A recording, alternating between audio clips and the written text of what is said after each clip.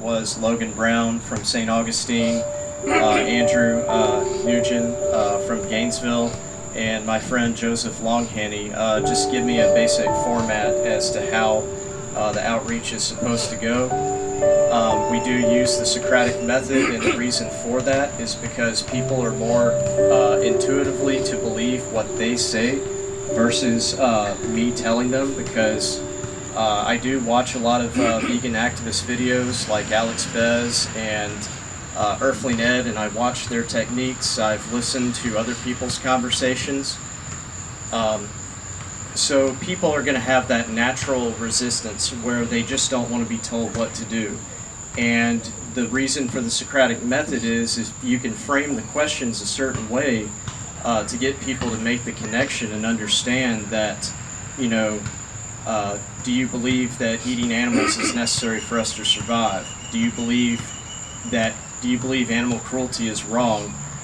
We ask all these open-ended questions because we need to get people to open up and talk about why they feel the way they do, why they do what they do, because the majority of people have become conditioned to just, they're following a behavior pattern, and it becomes a habit where you do the same thing every day and you don't think about it.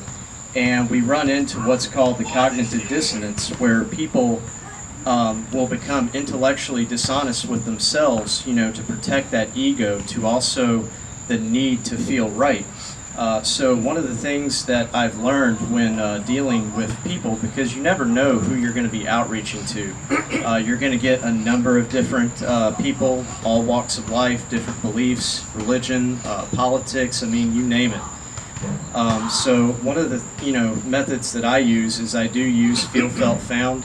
I relate to people. I remember, hey, the person I'm talking to, that used to be me at some point. So it is a process to do outreach. It does require patience. You are going to hear a lot of comments that you're going to find dumb and upsetting. But for me, I just have to remember that, I was there once too, and they're not there yet. So what I do is I remain calm, and I use facts, logic, and reason to debunk, because you want to respond. You don't want to react to what that person is, bringing to the table. And, their perception of vegans and veganism is oftentimes, manipulated by all the biased information that gets put out there. Like, we're a bunch of crazy nut jobs who, tar feather ourselves with, feathers and go protest at a Trader Joe's against cage-free eggs, and we're a bunch of crazy PETA people. So if they have that positive, rational, heartfelt experience with me, then it makes veganism look calm and look rational and look logical, because essentially I am representing to that person who vegans really are. And a lot of times I have to educate people on what veganism is, what it actually means. And I tell people that it's something that's very easy, simple to do. Anybody can do it. It is totally achievable, and it's just a lifestyle where you choose not to harm and exploit animals. It doesn't mean that you're, a hippie. It doesn't mean you're a tree hugger. It doesn't mean you're political. It's just an ethical philosophy where, you have a healthy respect for all life, and the right to life, is the same. Because animals are different from us, but we don't have, it boils down to speciesism, yes, and it boils down to the philosophy of, might equals right, because we start off doing these things to animals, and it causes us to become desensitized. And then over time, it becomes culture and tradition, and before not too long, the things that we do to animals, we're doing to human beings, to one another. A lot of people don't think that there's a direct relationship between how we treat animals and how we treat people, but there is. And a lot of times you're going to run into people who are going to not care about animals. They're only going to care about people and human rights issues. That's great, because now that they're admitting that to me, I can now explain to them how animal agriculture contributes to a lot of the human rights issues that they're passionate about. So what I do a lot of times is I relate to them because that makes them comfortable. It makes them, less confrontative. And the key to outreach is you want to keep them receptive. Now, if you turn it into an argument, if you cut them off, if you, get mad and get triggered, then as soon as you lose their receptiveness, the conversation's already over with. So you want to find issues that, that they're passionate about. Of course, some people, unfortunately, are only concerned about either health or the environment or human rights issues. That's fine. I use that as a way to get in, to at least get them receptive, and then I go further into depth. Well, if you really care about your health and you want to stay on this path for the long term, what veganism truly advocates is it's about animal rights. And when we talk about morals, we're not saying that we're better than you. I'm not saying that at all. When we talk about morals, we're talking about, I don't feel that this is right. I can't support this because I know, where the process is. I know what happens to the animals. My demand as a consumer is going to condemn another animal to a lifetime of abuse, filth, ultimately, having their throat slit, being artificially impregnated. So it's the morals and the ethics that will keep you on this path for life. So if you really care about your health, you really care about the environment, because if you just do this for your health, a lot of people, what will happen is once you hit that weight loss goal, your cholesterol goes down, your blood pressure goes down. A lot of people, oftentimes will go back to their old habits, their old ways, and then they'll get back on the same path of, getting sick again, getting overweight, running into health problems. So, it's a really great thing to do. I absolutely love it when I get people that will go vegan on the spot for the animals or for moral or ethical reasons. But a lot of times you have to realize just who exactly are you talking to, because some people, the most you're going to be able to do with them is plant seeds, and that's really what we can do. We can't change people's minds. All we can really do is give them something to think about and show them a better way. So what I do is I meet people where they're at. I have a good understanding of human behavior and psychology and just dealing with people in general. So, I try different things to see what works. And, the conversations is, once I find something that I can relate to with that person, it just makes everything go so much more smoother. And then I can add in to about animal rights and talk to them about the abuses and how, is this really necessary? Do we need to do this to survive? And most of the time, if I dig deep enough, most people will tell me no, that it's not necessary. And if it's not necessary, and you've already told me that you don't believe in animal cruelty, well then congratulations, you've already made the connection, because you're now telling me that since it's not necessary to eat animals, that in order to do so, it's an act of cruelty. So you're already, making that connection that, that this is not something we have to do. And as far as the human rights issues go, I explain to people that, we have 30% of Earth's land that's used to house livestock animals. We deforest and cut down and degrade land just to grow food to feed these animals. So 80% of the world's global production could be going to feed people, but it's not. It's going into a greed-based industry, so we have enough resources here on this planet to feed every human being. The problem with the animal agriculture industry is it is not a sustainable practice. It is a greed-based industry that involves the destruction of not just unnecessarily raising animals to kill them, but it's destroying the environment, it's destroying our health. It's one of the leading causes of why healthcare is so expensive, because we're doing it to ourselves every day with the choices we make, with the things that we eat, because we're playing into a system. It's a game. Step 1, create the problem. Step 2, sell the solution. So for the first 30 years of your life, you're eating these animal-based products, and then the next 30 years of your life you're taking medications to live with the problems caused by eating them. So I think 50% of the world's antibiotics and supplements go to livestock animals. 70%. 70. 58. Okay, gotcha. So there is a huge mismanagement of resources that go towards animals, and the people that live in a lot of these third world countries, a lot of these crops and plants and produce that's grown for the animals is bought by the larger purchasing countries like the U.S., the U.K., Asia. And what it is every time that we consume meat, we're contributing to world hunger. There's not enough resources to go around for medicine and healthcare. The animal agriculture industry also produces so much waste and filth that a lot of times the people that live in these rural demographic areas, yes, they are white, black, Hispanic, they get exposed to the smells of the dead, rotting, decaying animals, as well as the urine and the feces. So you got human rights issues, you've got slaughterhouse workers that suffer from PTSD more so than people who have gone to war.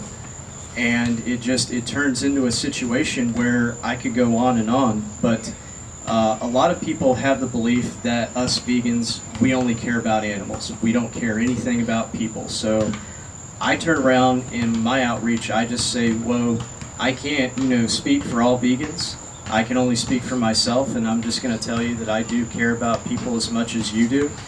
And I'm not, going to tell people that the life of an animal or the life of a person, I'm not going to tell people that animals' lives are more important than people's lives. I'm going to tell them that the right to life needs to be respected. And, I'm constantly, learning. One of the biggest things that I've also found is if you go to Carnism Debunked, it has a lot of great listings on there as far as, how to handle objections, and I watch a lot of YouTube videos, Alex Bez, Earthling Ed, on handling objections, because you're going to run into that, and you need to know how to handle it. That's why it takes research, and it just takes time, because you will have conversations that may not go anywhere, that may just be, it may feel like a waste of your time, but the more conversations you have, like once you actually get out there and do it more and more and more, it just keeps making you better and better and better. So, I'm all for whatever works. I experiment and try with many different things. But outreach is techniques. I will do, some meditation to just calm my mind and just relax. And sometimes I will, review, materials and just kind of mentally, prepare myself, because if you go into it with a great positive attitude and you have that confidence, then you're going to have great conversations. But if you're, not feeling it, and that's normal, because, everybody's, going to have a day where, something in life is going to bother you. Something in life is going to catch up to you. And, and there's some nights where I haven't had the best conversations, and there's some times where I've gotten stumped too. And, at that point, if I don't feel like I can, if I don't feel, my vegan fire, my energy, and I'm just not 100%, sometimes I'll just go stand in the queue, because that's, that's the least I can do. But your mental state, your mind, your attitude, that has everything to do with talking to people. And you just have to remember, a lot of people are just not, they're just not going to be there yet. It's going to take time for them.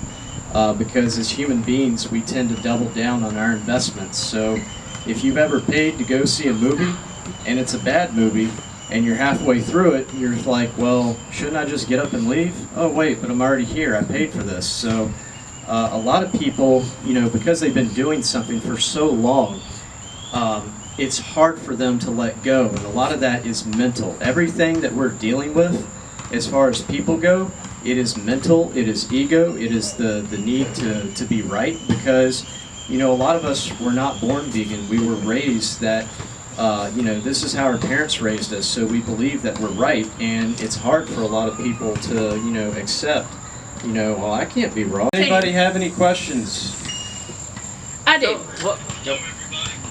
Can you speak more about the feel felt something technique you were talking? So the technique known as feel felt found, what that involves is when you're having a conversation with somebody and they say something that's objective to what, you know, well, I like the taste of meat, and that's where I get my protein, and I've been doing it for the longest time. So what you would do in that situation is you'd be like, you know, hey, I totally feel what you're saying. You know, I felt the same way. I was not born a vegan. But what I found was, with some research, was that eating animal products was not actually as healthy for me as, you know, I was originally led to believe. And what I've also found out through some research is that a lot of the athletes are now getting away from the meat, away from the dairy, and they're going more towards a plant-based diet. And they're getting a better, cleaner source of protein with all their essential vitamins and amino acids, and their performance is actually becoming better. They're actually, you know, performing well. People are actually, there's numerous studies out there to show that veganism, you know, can actually make people, you know, a lot happier and a lot healthy. So the feel felt found is just a way to relate to the person you're going to be talking to let them know that they're, you know, you want to make things comfortable, make them feel like they're in a safe place, because you want them to open up and reveal things to you. And when they reveal information to you, that gives a much better way, like I'm able to figure out how to better help you. You know, because everybody's going to have a different objection as to why they don't want to go vegan, or why they, what's stopping you, what's holding you back. That's essentially what an objection is. So if I can get people to lower their guard and make them feel comfortable around me by letting them know, hey, I'm not better than you. I was actually the same way. I was just like you. So, you know, I felt the same way. You know, I totally feel what you're saying, but here's what I found. And I always remind people to let them know that this is what I found. This is the research that I've discovered. I'm just sharing it with you. And I think it would be beneficial to you if you saw it. And I just want you to come to your own conclusions. Because you don't want to ever present what you know as, that's it, that's the source, this is it, right here, black and white, literal, you know, translation. Because some people are, you know, independent in their thinking. They have to see it for themselves to, you know, possibly accept it and get on the same page. So we always want to encourage self-discovery, because people will believe it more when they come to those conclusions themselves. So outreach is about coaching. It's not about us. It's about that person, because our morals, our ethics, we've made the connection. We're good. The focus is all about the person that we're outreaching to, because they're the ones who need the help. They just need to be shown that there's a better way. We're just sharing truth with them, and that's what AV is all about. And you know, there's times when people, before they won't get into the conversation, they'll want to know who we are, why we wear the masks, what's up with the screens, and you know, they're fair questions. So I'll take them through the process to explain who we are, what we're doing. And I always clarify, we're not asking for improved conditions, we're advocating for the end of animal use, period. That's right. So, you know, I just want to, you know, so if somebody comes up to me and they've got a welfare type mentality, like, well, can't we just give them bigger cages and improve living conditions? And so that starts another conversation. And, you know, it just depends on how they answer. It depends on where the conversation goes. But I always encourage everyone to watch objection handling videos on YouTube. Go to carnismdebunked.com, so that when you go into these conversations, you'll know what they look like, and you'll know how to respond, not react. And that's the key. Awesome. It's a process. It just takes patience, and if I can do it, anybody can do it. So thank you. Does anyone have any other questions for Robert? Well, yeah, I think we better wrap it up, because it's getting close to the cube. We want to give everybody plenty of time. But thank you so much, Robert.